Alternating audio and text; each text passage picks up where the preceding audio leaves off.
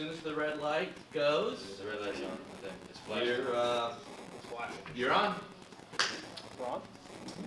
Hey guys, how you doing? Today I'll be discussing motivation in regards to HR, of course. My name is Ryan, and my team members are Keely, Dan, Jason, and Nick. I'll basically be talking about the many theories that were developed over the past century. If you've taken psychology, you've probably heard a lot of these theories.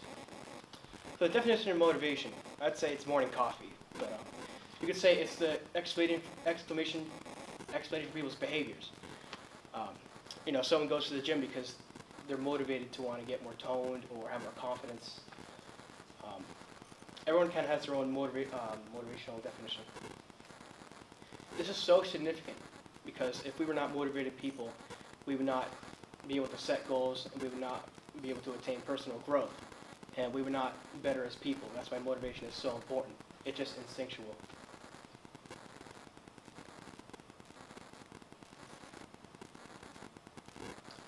So the bulk of the presentation is going to be a lot of history on motivation. Now that we know what it is and why it's so important, we're going to delve into more of that, and later on we're going to go over a timeline of the many theories that are developed.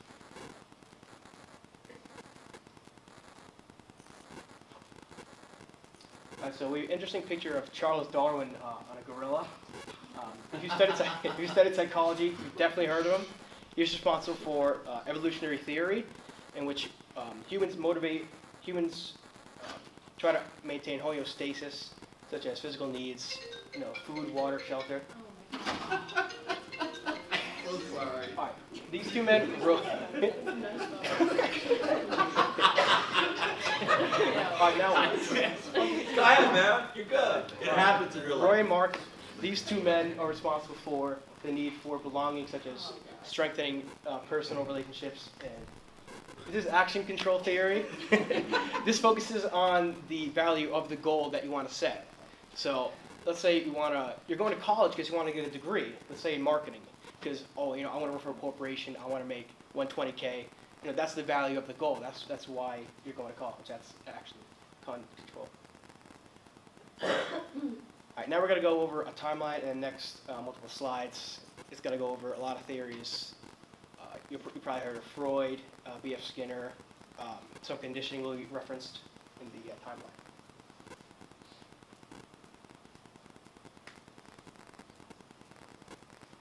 So here you see an angry-looking Sigmund Freud. You've probably definitely heard of him if you've taken psychology. He's responsible for psychoanalytic theory, which means that our behavior is actually not controlled by our consciousness. It's that our behavior is controlled by our unconscious, and that irrational forces are responsible for our behavior. Here we have Clark Hull. He is responsible for behaviorism drive theory, and that it's pretty similar to what Darwin thought, and that we need our physical needs in order to survive, and that is a big motivator of ours instinctually. Here we have B.F. Skinner, who's responsible for operant conditioning. This has to do with rewards for an action, and that we tend to repeat a behavior if it's successful, and that if it's not successful, we get rid of it because it's not going to help us.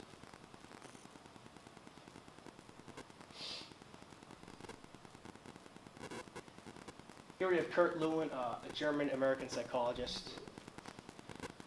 He thought that as children, we just instinctually have the need to want to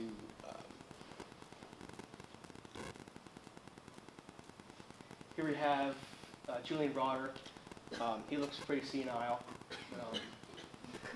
He came up with the emotional behavior At one theory. point in his life, he looked like you, so go ahead. True.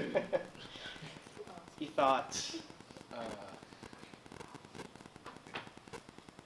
here we have John William Atkinson, who thought that as children we naturally have a need to want to explore our environment and adapt to our exterior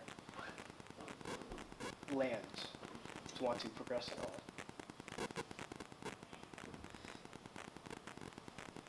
And so this is attribution theory by psychologist Wiener. I forgot the other two names.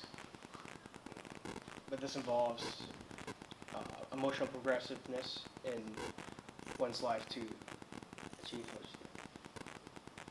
All right, next we have Robert White's theory of basic human needs. It's called need for effectiveness, in which we just have the natural need to adapt to our environment, to master our environment, and this has to do with adaptation and maintaining homeostasis.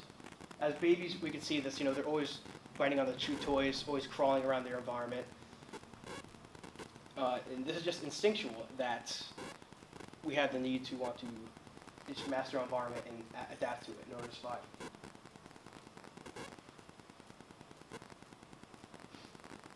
So the meat and potatoes of motivation, you can see this is Maslow's hierarchy of needs. You've probably definitely heard of this before if you've studied psychology. So how it works is that the bottom need, there's 5 needs shown in a pyramid, and from bottom up goes from physical needs to emotional needs and social needs.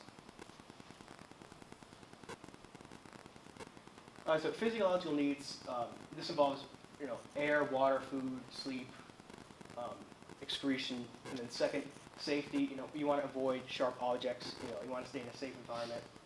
Love and belonging. You need family, sexual intimacy, and friendship. Esteem needs. Confidence. And, this is so important to motivation because not only does it explain physical needs, but it also explains the social needs that are so important to us as humans, because we are thoughtful beings. We're not just dogs that need to be fed and we're satisfied. We're social beings. Can you pause that, please?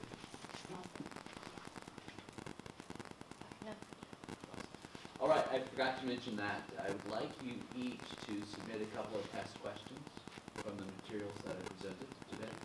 I thought it would probably be better to tell you as we go along rather than at the end. Some of you can wait for the second presentation, whatever, that'd be good. How many? 2? Just 2. Bye.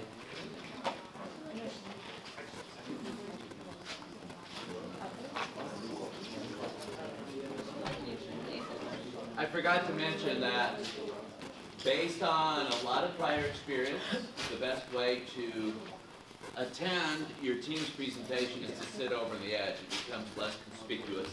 Because even when you're standing for 20, 30 minutes, it's just not perfect. So I think that applies in the workplace as well. If you're doing a group presentation, try to find some place where you're paying attention, but kind of out of the window as well. Whenever you're ready. Right, good job. Thanks for going first. First to the first. Thank you. Good job. Thanks for going first to the first. Thank you.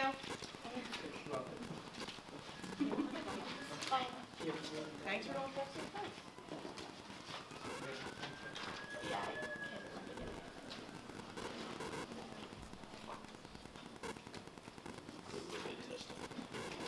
Okay, hi guys, I'm Keely. I'm going to be talking to you about intrinsic and extrinsic motivation.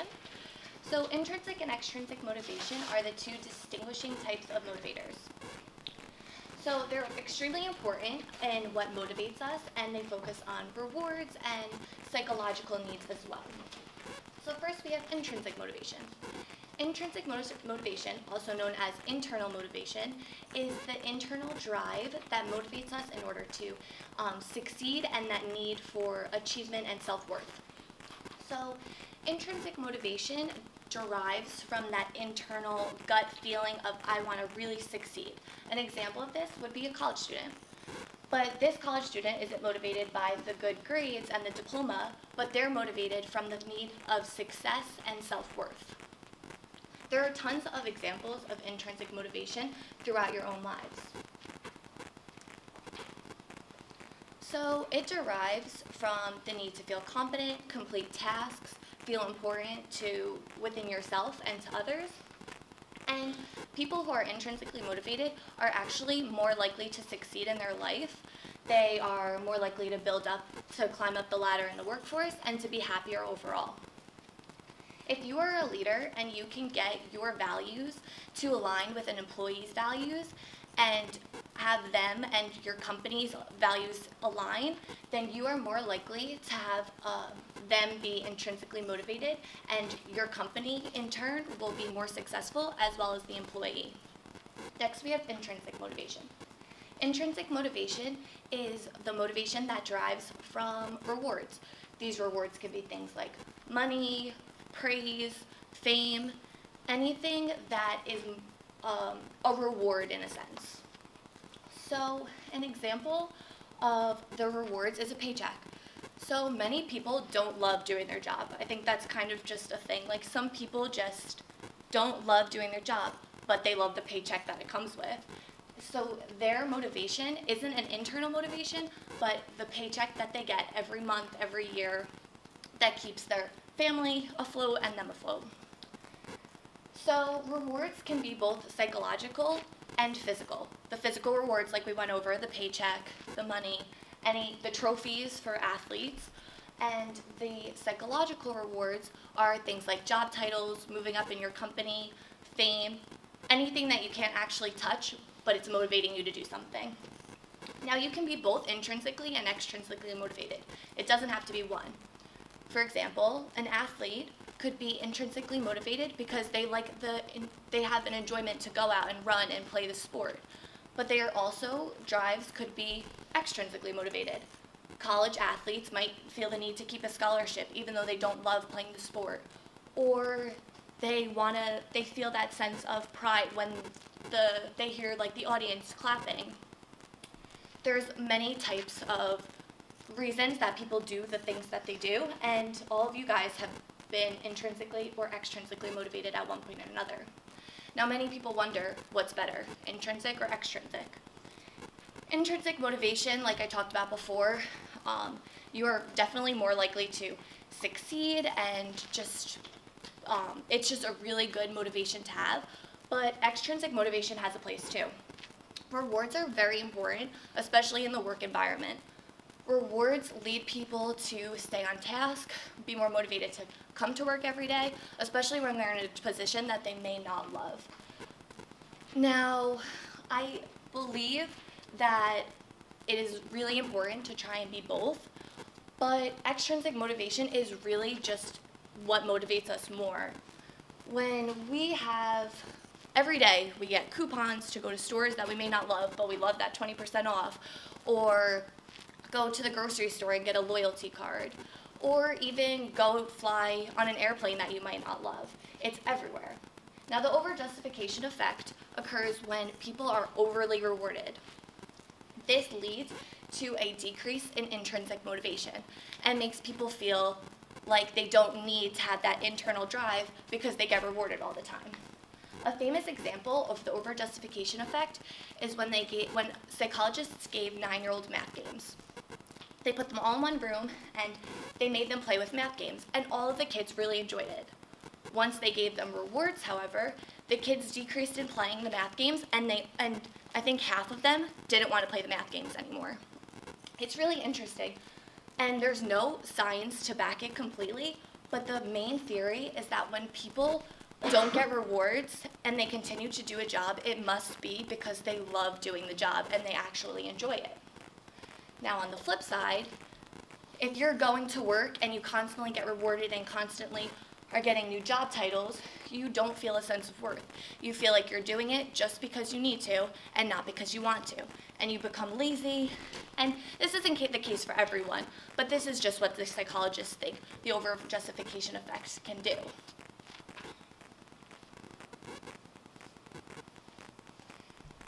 Now, this doesn't mean that intrinsic or extrinsic is better than the other or extrinsic is bad, because it's not.